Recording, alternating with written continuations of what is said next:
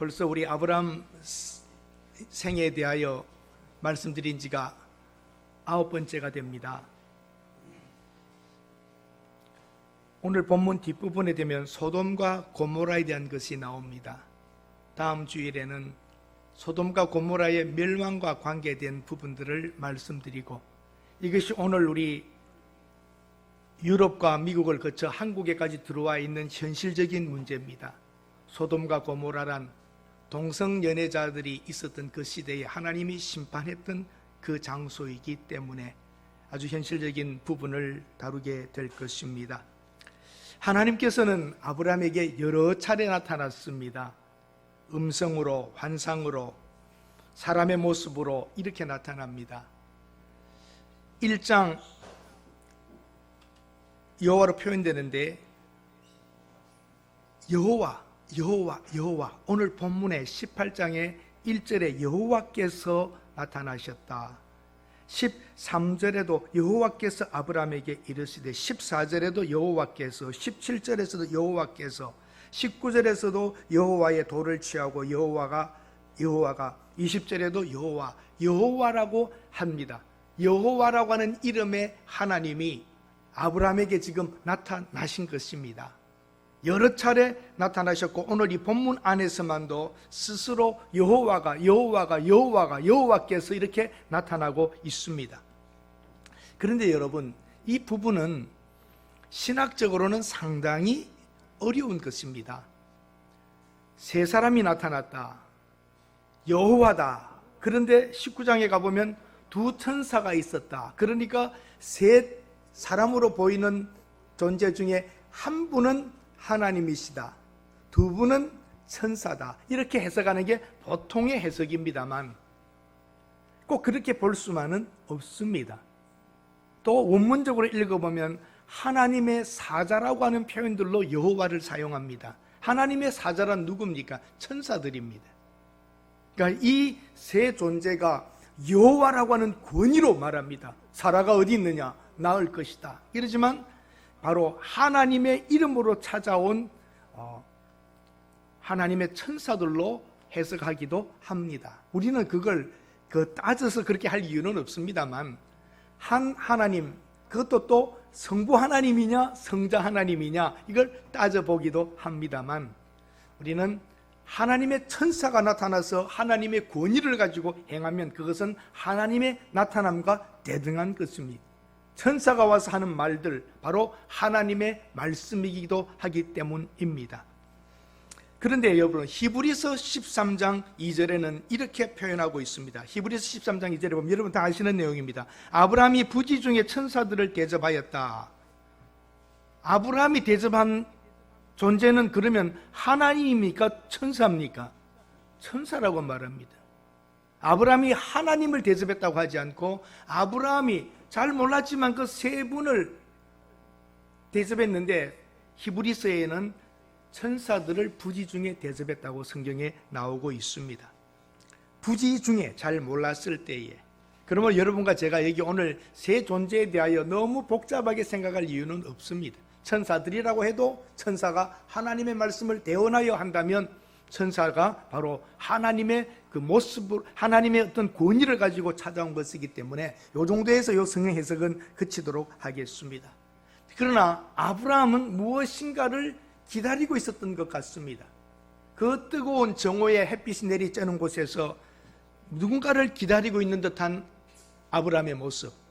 그러다가 세 분이 나타나니까 그대로 달려가서 이분들은 바로 하나님의 사자들이다, 극단적으로는 하나님일 수 있다, 이런 표현을 하며 달려가서 내 주여, 내 주여, 내 주라고 하는 말은 나의 주인이시여, 또 다른 표현으로 내 왕이시여, 그런 표현입니다.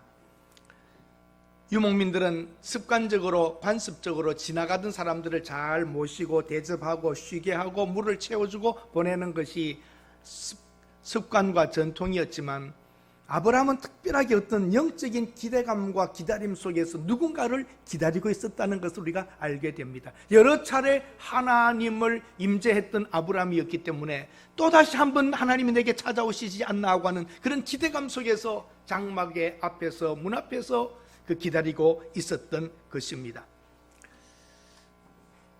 마물에 상수리 나무들이 있었던 곳이라고 오늘 장소 18장 1절에 말합니다. 마물렛이라고 하는 지역, 상수리 나무, 도토리 나무, 뭔가 이런 나무가 있었던 지역이라고 분명하게 말하고 있습니다.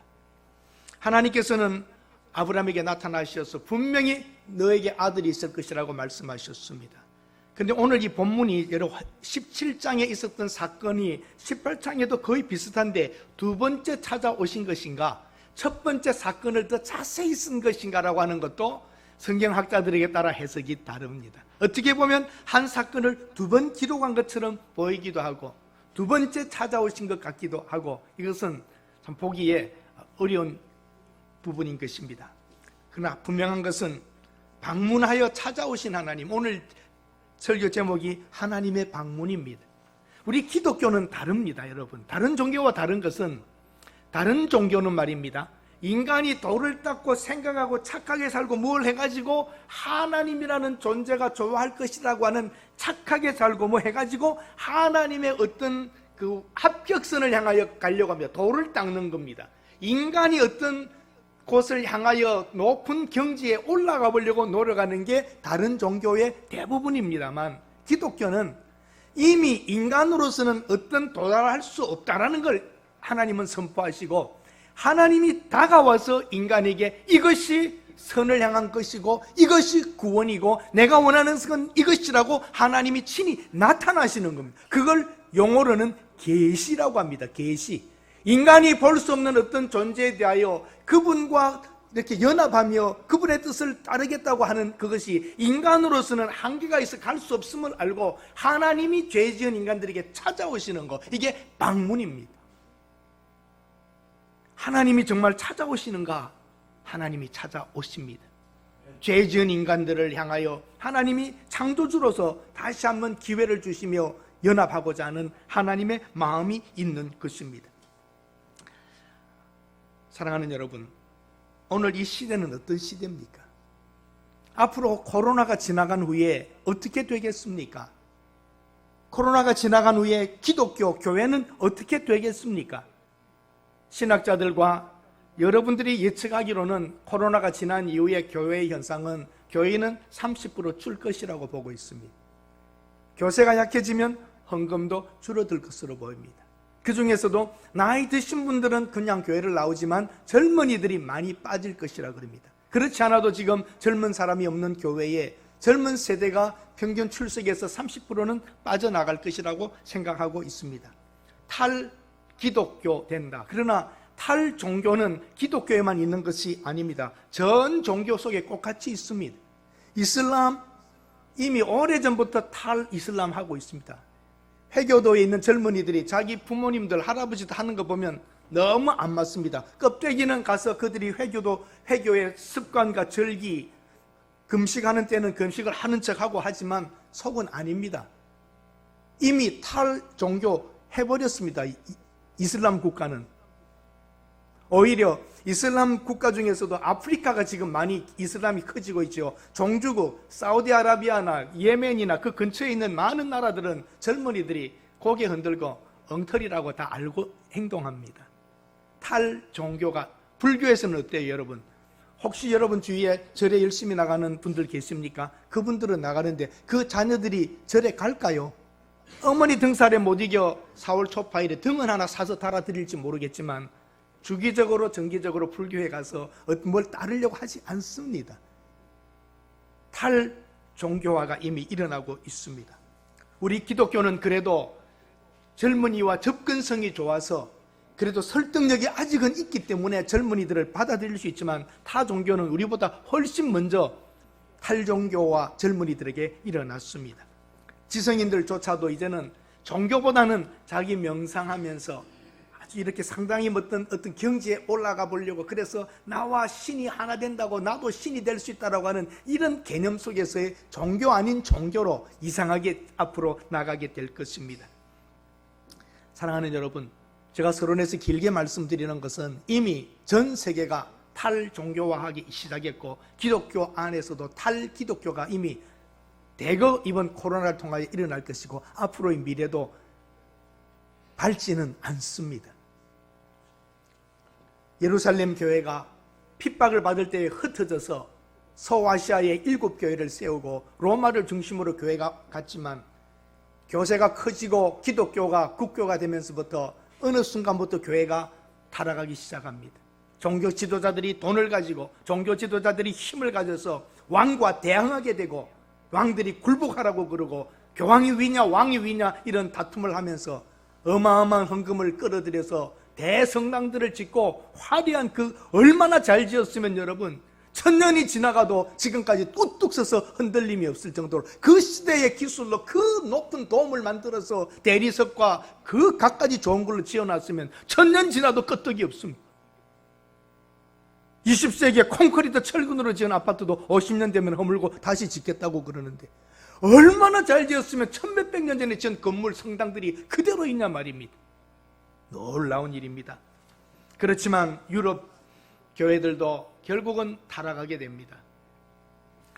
유럽 기독교가 그 타락 속에서 다시 개신교로 많이 벗어나면서 교회들이 힘을 얻었지만 식민지를 얻어서 유럽의 국가들이 가는 데마다 아프리카 어디에 아시아 어디 가서 교회를 세우고 했지만 복음의 힘은 약해져 갔습니다. 개신교, 루터교, 성공회, 침례교 많은 이런 교단들이 일어납니다.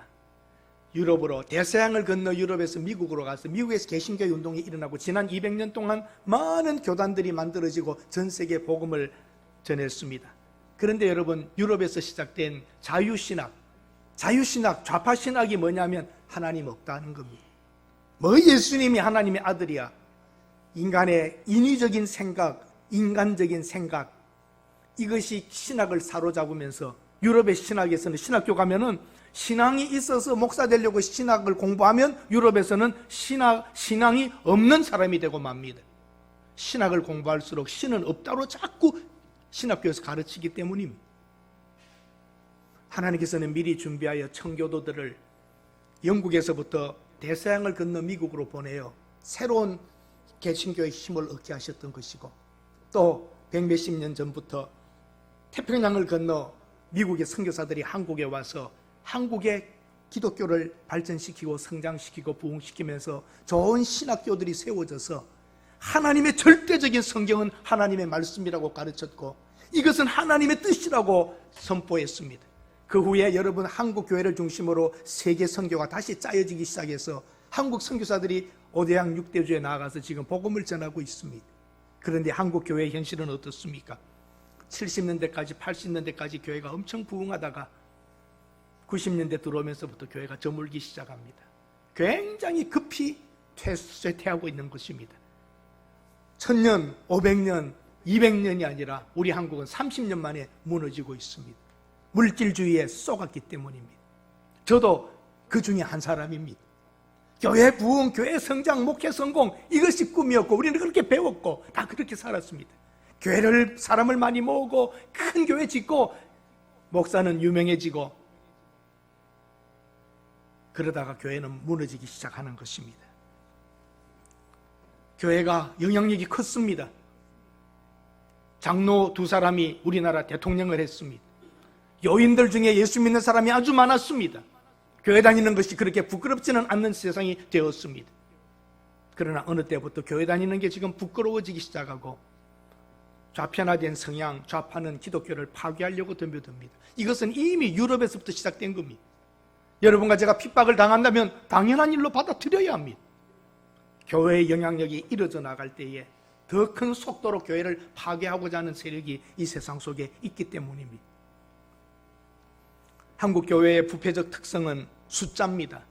얼마나 많이 모여 얼마나 큰 교회야 신실한 사람들이 개혁해보겠다고 최선을 다했지만 내 탓이요 회개운동은 일어나지만 지극히 소극적인 개인의 회개운동이었고 또 그 회개조차도 이 회개를 해야 하나님이 복 준다고 하는 기복사상에 빠진 회개였습니다.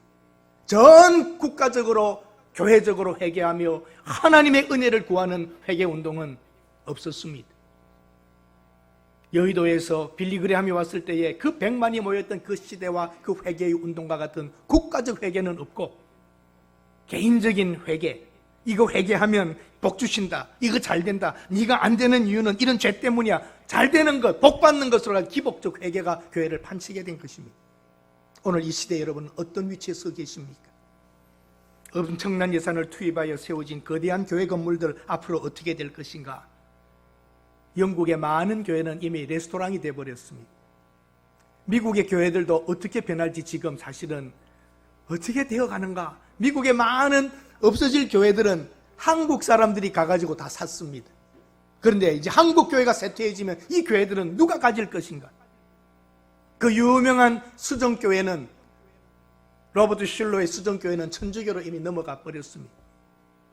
앞으로 여러분, 우리가 똑바로 서지 않으면 이 다음 세대가 어떻게 될지 걱정해야 하는 것입니다.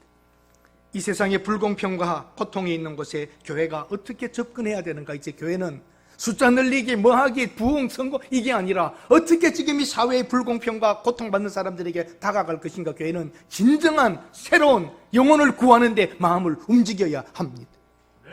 아멘? 네. 선교 유치원 교회마다 많이 했죠. 교회마다 선교 유치원, 선교원에서 어린 아이들 때부터 가르치면 교회에 온다. 중요했습니다만 어떤 사람은 교회는 잘 안 되지만 유치원 해가지고 돈을 벌어서 교회를 운영한 분들도 있고요. 애들이 오면 부모도 온다. 선교적 접근이 아니라 사람을 모으는 방법으로 목적과 수단을 거꾸로 한 것입니다. 그 어린 영혼들을 정말 사랑하면서 붙잡아 키워주지를 못했던 거죠. 숫자로 본 거예요. 숫자. 얘 하나 오면 얼마. 그래서 원장님 월급 주 교회는 운영되고, 노인복지 또 했습니다. 2000년 들어오면서부터 복지, 노인복지. 정말 돌아가실 어른들의 생명이 얼마 남은 것이 안타까워서 이분 돌아가시기 전에 복음을 전하겠다고는 중심에 산 게 아니라 목사 은퇴 후에 할 사업이었고, 그걸 통하면은 자식들도 교회에 올 수 있고, 목적과 수단을 다르게 했기 때문에 선교 유치원은 다 이제는 유치원으로 나라가 조절하고 뜻대로 기독교 사상도 못 전합니다. 그거 하려면 문 닫아야 됩니다. 노인복지회관에서도 기독교를 강요하여 못합니다. 그거 하면 문 닫아야 되고 예산 투입이 받을 수 없습니다. 교회가 똑바르게 영혼을 바라보지 못한다면, 전혀 엉뚱한 사업적인 방향으로 나간다면 하나님은 문 닫아 버리십니다. 다시 한번 우리는 가난하고 상처받고 어려운 사람들을 향하여 가야 합니다. 교회는 돈 많은 교인이 오고 능력 있는 사람이 오면 높은 자리로 세워주고 굽실거리고, 가난한 사람, 어려운 사람이 오면 쳐다보지도 않는다면 그게 교회입니까? 예수님은 세리 창기를 만나주셨고 성경에도 고아와 과부에 대하여 불쌍히 여기셨습니다. 구약과 신약을 전체를 봐도 하나님은 오히려 병들고 가난하고 어려운 사람들에 대하여 사랑의 마음을 가지셨던 것입니다. 오늘 어떠합니까? 자본주의 기술로, 원리로 교회는 부흥하면 하나님이 없다고 말하는 것입니다. 그래 놓고는 내가 세운 교회라 그러고 내가 교회를 키웠다고 인위적인 방법으로 큰다면 그런 결과밖에 나오지 않습니다. 제가 이 서론에서 많은 현대적인 것을 말씀드린 것은 이미 탈종교화는 전 세계적으로 시작되었고 모든 종교에서 시작되었습니다. 기독교도 마찬가지입니다. 탈기독교화가 급하게 일어나고 있습니다. 본질을 잃어버리고 하나님을 소외하며 하나님에게 등 돌린 교회는 줄어들 수밖에 없고 어려움을 겪을 수밖에 없습니다. 마스크를 쓰고 이 먼 길 비를 맞으며 오신 여러분들은 이 땅에 남아있는 희귀한 기독교인들입니다. 아멘. 하나님 뜻대로 살아보시려고, 예배 드리려고, 하나님이 하시는 말씀을 듣겠다고 오늘 이 자리에 오신 것입니다. 첫 번째, 영적인 존재가 분명히 성경에 방문했습니다. 이미 사라를 알고 있습니다. 사라의 이름을 알고 있습니다. 사라가 어디 있느냐? 특이한 존재입니다. 이름을 알고 계신 그분, 이것만으로도 하나님을 인정해야 합니다. 여러분의 이름도 하나님이 알고 계십니다. 여러분의 일어서고 앉음도 우리 하나님은 알고 계십니다. 내년 이맘때에 사라에게 아이가 있을 것이다. 1년 후에 내년 이맘때에 정확하게 임신기간 10개월을 이야기하며 출산하여 아이를 가질 것을 말씀하십니다. 분명히 영적인 존재입니다. 그 이름을 알고 아이가 없는 것을 알고 사라에게 아이가 있을 것을 말해주고 있습니다. 그러나 사랑은 어떠합니까? 관심은 있어서 장막 밖에 천막 뒤에서 이렇게 무슨 말씀하시나를 듣고 있는 사라의 모습입니다.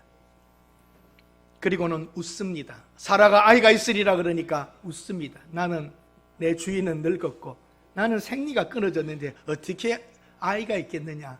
근데 우리에게 어떤 남녀의 관계가 일어나겠느냐? 무슨 즐거움이 있겠느냐가 그 말입니다. 나는 늙었고 남편도 늙었는데 무슨 그런 인생의 즐거움이 있겠느냐? 결합이 있겠느냐? 그런 식으로 이야기합니다. 그런데 네가 왜 웃느냐? 그러니까 사라가 뭐라고 그래요? 안 웃었습니다. 간도 크지 하나님 앞에 거짓말한대요. 사람만 그래요? 여러분과 저도 간이 엄청 큽니다. 하나님 눈을 속이면서도 잘 살고 있잖아요. 마찬가지입니다, 여러분. 내가 웃었느니라. 사라는 뜨끔했을 것입니다. 그 순간 이들은 정말 영적인 존재이시구나 하고 다시 생각했을 것입니다. 여호와께서 능치 못할 일이 있겠느냐라고 성경이 말합니다. 14절에 내가 어찌 이런 일이 있겠습니까? 하고 웃었냐? 여호와께서 능치 못한 일이 있겠느냐? 지난주에 설교했듯이 마리아가 처녀인데 아이 가진다고 할 때에 나는 사내를 알지 못합니다 할 때에 하나님의 말씀이 능치 못하심이 있겠느냐? 한번 따라 하십시다. 하나님이 된다고 하면 된다. 처녀가 잉태하여 아이 낳는다면 낳습니다. 왜냐하면 하나님의 말씀이기 때문에. 말씀이 그렇다 하면 그런 것입니다. 처녀가 아이 낳는다면 낳습니다. 이게 기독교입니다. 우리의 진리는 거기에 있습니다. 하나님의 인간을 만드신 분이기 때문에 성령께서 개입하시사 아들 하나님이 처녀의 몸에 나게 하시는 것이 하나님이 하시는 일입니다. 그거 없다면 기독교 없는 것입니다. 종교도 아닙니다. 이긴 인간이 생각하여 다 되는 것만 말한다면 왜 여러분 교회 나와야 합니까?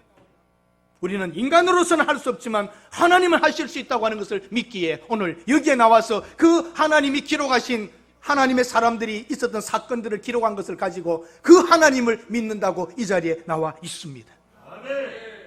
기한이 이럴 때에 아들이 있을 것이다. 그리고 여러분 1년이 지났을 때에 어떤 일이 일어납니까? 우리는 알잖아요. 사라는 이삭을 안고 이름도 이삭으로 이미 먼저 지어줬습니다.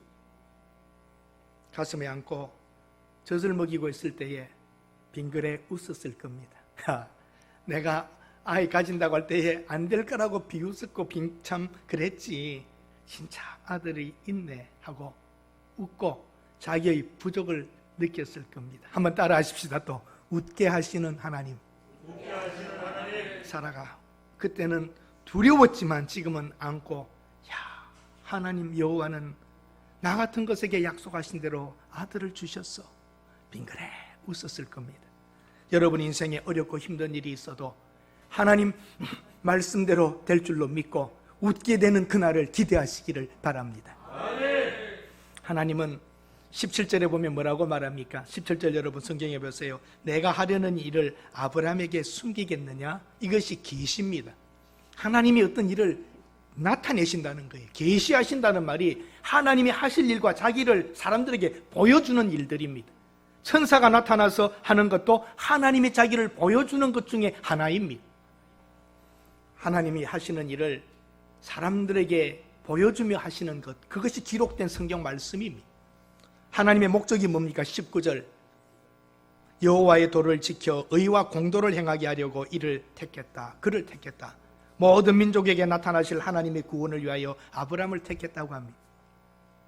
하나님 여러분 성경에 자세히 보십시오. 아브라함을 택한 이유가 그냥 잘되게 하고 복 주는 게 아니라 하나님의 말씀을 지키는 민족을 만들어내고 모든 민족이 복을 받게 하겠다고 하는 아브라함을 강대한 나라와 민족을 만들어서 17절, 18절, 19절에 다 나와 있는 게 하나님이 아브라함을 만나고 아브라함에게 계시하시고 이삭을 주시는 이유가 하나님의 구원을 위하여 아브라함을 통하여 민족을 만들어서 메시아가 오게 하고 긴 메시아는 우리 죄를 위하여 죽으시고 그리하여 부활하시면서 우리가 다 하나님의 뜻에 구원받는 일을 이루기 위하여 성경 오늘 본문에 전부 다 나와 있습니다. 아브라함을 강대한 나라로 만들고 만민이 그를 복을 받게 하기 위한 것이 아브라함을 통하여 하겠다고 하는 하나님의 방법이고 하나님의 목적은 하나님의 도를 지켜 많은 사람들이 구원을 받게 하려고 하는 것이 하나님의 목적과 방법이 이 안에 다 들어있는 것입니다. 그리고 19장 20장에 가면서 심판하십니다. 이런 구원이 있느냐 하면 반대쪽에 뭡니까? 심판입니다. 소돔과 고모라는 멸망시켜 죽여버립니다. 그러면서도 아브라함을 통하여 위대한 구원은 계획하고 계신 것입니다. 이것이 성경입니다. 이사야 41장 8절에 보십시오. 놀라운 내용이 나옵니다. 이사야 41장 8절 같이 읽읍시다. 시작. 그러나 나의 종 너 이스라엘아, 내가 택한 야곱아, 나의 밭. 세상에 여러분, 하나님이 아브라함에게 친구랍니다. 이런 종교가 어디 있어요? 하나님이 아브라함을 보고 나의 벗 아브라함의 자손 야곱 이스라엘아, 하나님이 인간에게 다가오시고 나의 벗이라고 하십니다. 놀라운 일 아니겠습니까? 장군이 사병과 같이 밥을 먹고, 최명식 장군이 사병의 묘지에 있다고 어떻게 저렇게 낮아질 수 있고 겸손하시고 저 전쟁의 그 쫄병들을 사랑하시는가 그러는데, 하나님이 인간들에게 찾아와서 나의 벗 아브라함, 그 아브라함의 족속 야곱 이스라엘아, 하나님은 이렇게 다가오시고 계시하시고 우리에게 자기의 뜻을 밝혀주셨습니다. 야고보서 2장 23절에는 뭐라고 말합니까? 함께 읽습니다. 이에 성경에 이른바 아브라함이 하나님을 믿으니 이것을 의로 여기셨다는 말씀이 이루어졌고 그는 하나님의 벗이라 칭함을 받았나니. 이 야고보 사도는 이사야 41장 8절에 있는 그 말씀을 인용한 것 같습니다. 성경은 동일한 하나님의 말씀이기에 각각 다른 시대에 다른 사람이 있었어도 그 내용은 통일되어 있습니다. 하나님의 벗이라 칭함을 받았는데 아브라함이 믿는 것을 보고 하나님이 그것을 의로 여겨주셨고 내 친구라고 끝내는 말씀하십니다. 하나님이 자녀 삼으시고 친구 되어주시고 하나님이 원하시는 것이 이것입니다. 자, 여러분, 결론적으로 말씀을 맺습니다. 하나님은 아브라함에게 나타나셨을 때부터 그 아브라함의 자손 이삭의 아들 야곱의 12지파를 통하여 메시아가 오시고 그 메시아를 통하여 모든 민족이 복을 받게 해서 여러분과 제가 오늘 예수를 믿고 산다는 것이 그 아브라함에게 했던 그 계획이 이루어진 것입니다. 하나님의 말씀은 이루어집니다. 수천 년이 지나가도 이 일은 이루어질 수밖에 없고 우리가 이 자리에 와 앉아있다는 것 자체가 기적이요, 하나님의 성실이요, 하나님의 약속이 이루어진 자리인 것입니다. 하나님의 방문, 하나님이 아브라함에게 방문했듯이 오늘 여러분은 하나님의 방문을 맞이하고 있습니다. 하나님의 말씀이 선포되는 이 자리에 하나님을 만나겠다고 오신 것, 하나님의 방문을 우리는 하나님의 오늘 임재하시고 성령께서 역사하시고 하시는 이 성경의 말씀들을 받아들이며 아멘 했다는 말은 하나님을 받아들이신 겁니다. 하나님과 여러분이 지금 만나고 있는 것입니다. 아브라함 때는 천사의 모습으로 와서 아브라함에게 만나 주었고 지금은 여호와의 말씀으로 찾아왔고 여러분은 그 하나님을 만나고 있는 것입니다. 뭘 더 바라십니까? 창세기 23장 19절에서 20절에 여러분 이런 기록이 있습니다. 놀랍습니다. 한번 읽어보실까요? 창세기 23장 19절 20절 같이 읽습니다. 그 후에 아브라함이 그 아내 사라를 가나안 땅 마므레알 막벨라 굴 마므레는 곧 헤브론이라. 이와 같이 그 밭과 거기에 속한 굴이 해쪽 속으로부터 아브라함이 여기 마므레라고 하는 장소에 사라가 묻힙니다. 그런데 이 마므레라고 하는 장소는 유명한 땅 헤브론입니다. 헤브론이 어디입니까? 유다 지파들이 살았던 땅입니다. 거기에서 다윗이 왕으로 최초에 세운 도시가 그 통치했던 자리가 헤브론입니다. 놀랍지 않습니까, 여러분? 바로 그 헤브론 지역의 땅에 마므레 지역에 사라가 하나님을 만났던 그 장소, 아브라함이 만났던 그 장소에 사라는 묻히게 됩니다. 하나님을 만났던 그 자리에 사라는, 하나님을 만났던 아브라함은 그 자리에 다 해쪽 속으로부터 샀던 그 땅에 들어가 죽게 되는 것입니다. 놀라운 일입니다. 아브라함과 다윗의 자손 예수 그리스도의 세계라. 마태복음 1장에 아브라함과 약속하시고 다윗과 약속하셨던 하나님의 아들 예수 그리스도의 족보입니다. 바로 그 아브라함과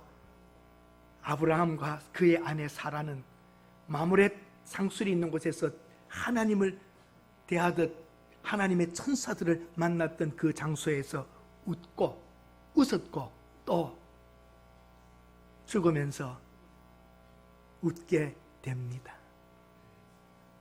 웃게 하시는 하나님. 하나님은 한번 하시면 우리에게 즐거움과 기쁨과 영원한 복락을 허락하십니다. 방문하여 주시는 하나님 얼마나 자상하신가. 그 하나님이 오늘 말씀으로 여러분을 만나시고 여러분의 개인적인 삶 속에도 하나님이 개입하실 줄로 믿습니다. 사람에게는 불가능하지만 하나님께는 능치 못할 일이 없으십니다. 사랑하는 여러분, 그림을 한번 상상해 보십시오. 그 뜨거운 정오에 아브라함은 뭔가 어떤 존재를 기다리고 있었고 세 분이 올 때에 달려가서 내 주여 잠깐 쉬었다 가십시오, 지나가지 말고 들어오십시오 하고 물을 가져 발을 닦아주고 음식을 대접하고 그랬습니다. 그런데 이제는 하나님이 이 땅에 오셔서 하나님의 아들이 누구의 발을 씻습니까? 누구의 발을 씻습니까? 제자들의 발을 씻으십니다. 자, 보십시오. 그 아브라함의 조상이, 이스라엘의 조상인 아브라함이 얼마나 높아요. 그분이 씻어주었던 하나님의 사람들, 천사들이든지 하나님이었든지 닦았는데 그 하나님의, 천사들의 하나님이신 그 하나님이 이 땅에 와서 제자들의 발을 닦아주십니다. 낮아지신 것입니다. 사랑하는 여러분, 어떻게 내 할 일을 아브라함에게 숨기겠느냐 하셨던 그 하나님이 제자들에게 모든 것을 가르쳐 주셨고 뭐라고 말씀하셨어요? 나를 본 자는 아버지를 보았다 할 정도로 하늘의 것을 가르쳐 주셨습니다. 그리고 훗날 어린 양의 혼인잔치에 아브라함에게 대접을 받았던 그 하나님의 천사들과 하나님이 이제는 우리를 초청해서 천국의 영원한 잔치 속에 우리를 맞이해 주실 것입니다. 한번 여러분에게 저는 묻고 싶습니다. 하나님께서 못하실 일이 있으십니까? 하나님께서 못하실 일이 있으십니까? 하나님은 할 수 없는 일이, 못하실 수 있는 일이 없습니다. 다 하실 수 있습니다. 너 웃었다? 안 웃었습니다. 웃었다? 싸우고자 하는 게 아닙니다. 웃었다는 걸 확인해 줍니다. 안 웃었는데요 하는데 나중에 웃게 됩니다. 웃으면서 야, 나 그때 조금 안 믿었지, 웃었지. 근데 이삭이 내게 있어하고 만면에 웃고 있는 사라를 생각해 보십시오. 여러분, 하나님의 말씀을 믿으시기 바랍니다. 아멘. 못하실 일이 없으신 하나님, 능치 못하심 없는 하나님이 바로 여러분의 하나님이시기 때문입니다. 아멘. 멸망받을 이 세상을 향해 여러분과 저는 어떤 마음을 가지면 좋겠습니까? 참된 성도들이 이렇게 모여 예배드리고 구원받지 못한 사람을 향하여 아픈 마음을 가지고 여러분 다가가셔야 됩니다. 물질화, 돈, 편한 것만 추구하는 이 세상에서 좀 불편하더라도 하나님의 뜻대로 가고자 애쓰실 수 있기를 바랍니다. 제가 꼭 어떤 사람들을 지적하여 말하는 것 아님을 이해해 주시기 바랍니다. 교회를 세습한다는 말이 얼마나 사회적인 지탄을 받습니까? 그런데 여러분, 목사하는 일이 힘들고 진짜 어렵고 고생되면 세습 시킬까요? 안 시킬까요? 대답해 보세요. 시킬까요? 안 시킬까요? 먹고 살기 좋으니까 시키는 겁니다. 교회가 하나님의 교회라면 내가 세운 교회라고 하면서 기독권을 주장할 수 있나요? 안 됩니다. 이런 마음을 가져야 되죠. 하나님께서 교회를 세우시고 개척하실 때에 나를 고용하셨다. 고용. 나는 일꾼이다. 이런 마음을 가지면 그렇게 하겠습니까? 그런 식으로 교회가 잘 했다면 밀려나는 시간이 더 연장되었을 것이고 교회가 더 영향력 있었을 것입니다. 역설적으로 제가 말합니다. 또 거꾸로 말합니다. 교회는 세습되어야 칭찬을 듣습니다. 왜 그럴까요? 어떨 때 그럴까요? 인류대학 나오고 성공한 아들들이 대기업의 임원과 사장과 의사와 변호사 자리를, 교수의 자리를, 출세의 자리를, 돈을 포기하고 목회자가 되어 가난한 아버지의 교회에 가서 목회하겠다고 한 영혼을 붙잡고 울 때에 교회는 영향력이 있고, 교회는 힘이 있고, 교회는 세상의 중심이 될 줄로 믿습니다. 그 원리 진리를 놓치고 세속적으로 하고 있다면 교회는 밀려나는 속도가 더 빨라질 것입니다. 대형교회 목사님들요, 사람들이 부러워는 합니다. 목사들이. 그러나 존경하지는 않습니다. 큰 건물, 화려한 건물, 숫자 놀이를 자랑하고 있을 때에 점점 교회는 숫자가 줄어들고 있습니다. 베드로가 안전뱅이를 보고 무언가 도와달라고 할 때에 금과 은은 나에게 없지만 내게 있는 걸 내게 줄 테니 예수의 이름으로 일어나 걸으라고 할 때에 사도 베드로에게 가진 것이 아무것도 없고 예수밖에 없을 때에 능력이 나타났던 것입니다. 오늘 교회는 금과 은과 돈과 모든 건 다 있는데 예수의 능력은 없습니다. 이렇게 된 상황에서 여러분과 저는 어떻게 살아야 하겠습니까? 교회는 밀려날 수밖에 없습니다. 더 교회의 부정적인 말은 제 입으로 하지 않겠습니다. 정말 여러분 헛된 데 마음을 두지 말고 하나님을 만나고 하나님의 말씀을 믿고 사시기를 바랍니다. 하나님의 방문을 경히 여기지 마십시오. 오늘 예배에 하나님이 방문하셨고 여러분을 만나고 있는 것입니다. 내년 이맘때에 아들이 있으리라. 기한이 이를 때에 내가 내게로 올 것인데 사라에게 아들이 있으리라 하신 말씀대로 이삭이 태어났습니까? 안 태어났습니까? 사람에게는 불가능해 보이지만 하나님은 말씀하시면 말씀대로 이루시는 것입니다. 그 아브라함의 하나님이 여러분의 하나님입니다. 그 이삭의 하나님이 여러분의 하나님입니다. 그 야곱의 하나님이 우리의 하나님이십니다. 우리 그 하나님께는 능치 못하심이 없습니다. 사라에게 아들이 있으리라 하셨던 말씀대로 오늘도 우리에게 찾아오셔서 말씀하고 계십니다. 사라가 자기의 태가 말라서 출산할 수 없다고 생각했던 것처럼 우리 한국교회와 우리 교회와 여러분의 삶이 메말라버리고 가능성이 없어 보여도 오늘 하나님이 할 수 있다고 하시는 그 말씀을 믿고 하나님을 의지한다면 우리 생애에 하나님의 영광을 다시 회복할 수 있을 줄로 믿습니다. 하나님은 못하실 일이 없습니다. 아브라함이 즉시 하나님의 존재 앞에 그 천사들을 바라보며 다가가 모든 것을 최선을 다하여 대접했던 것처럼 오늘 여러분이 하나님을 믿으신다면 하나님의 교회와 하나님의 나라를 위하여 희생하십시오. 그러면 하나님은 결코 외면하지 않으실 것입니다. 여러분의 가정, 여러분의 일, 모든 것 위에 하나님의 아브라함의 하나님, 사라의 하나님이 웃음을 주시듯이 여러분 생애에 빙그레 웃고 하나님을 만났던 마므렛 상수리가 있는 그 땅에 사라가 묻혔듯이 여러분 생애 마지막 묻힐 때에 하나님의 그 약속의 장소에서 모두 다 빙그레 웃고 하나님이 주신 즐거움을 감사하고 이 세상을 떠나실 수 있기를 바랍니다. 아멘. 아브라함은 못합니다. 사라도 못합니다. 그들로서는 아이를 낳을 수 없습니다. 그러나 하나님께는 능치 못하심이 없습니다. 신실하신 하나님이 아브라함에게 말씀하신 대로 사라에게 말씀하신 대로 1년 안에 다시 아이를 가지게 되고 이삭은 태어났고 그 아브라함의 자손들이 다윗의 자손이 되고 다윗을 통하여 그 지파 안에서 메시아는 오시고 그 메시아는 약속대로 자기가 십자가에서 못 박혀 죽는다고 말씀하셨고 3일 만에 약속대로 부활하시고 하늘로 올라가셨습니다.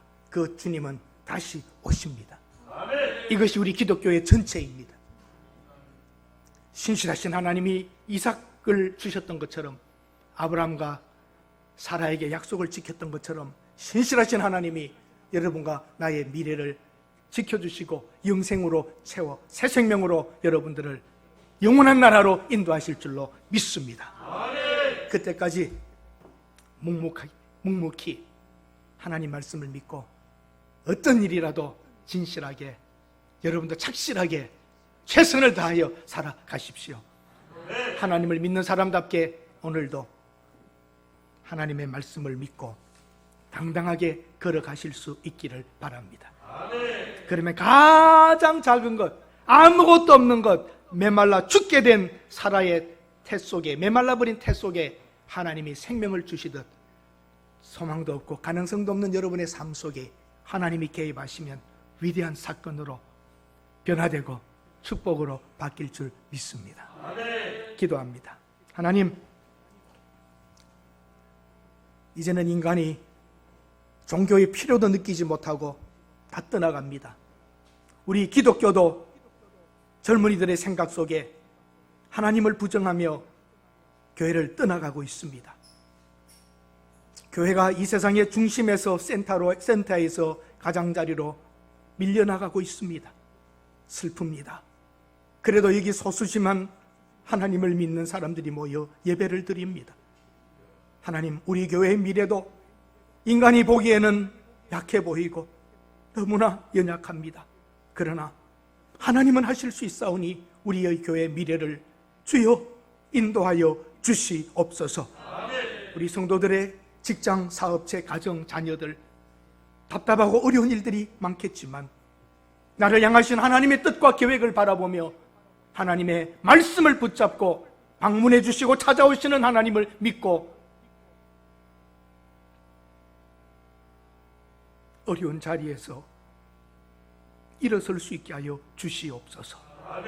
하나님의 자녀로, 백성으로, 성도로 당당하게 이 세상 속에서 살게 하옵소서.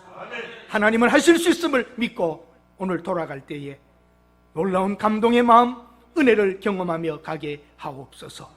예수님의 이름으로 기도드립니다. 아멘.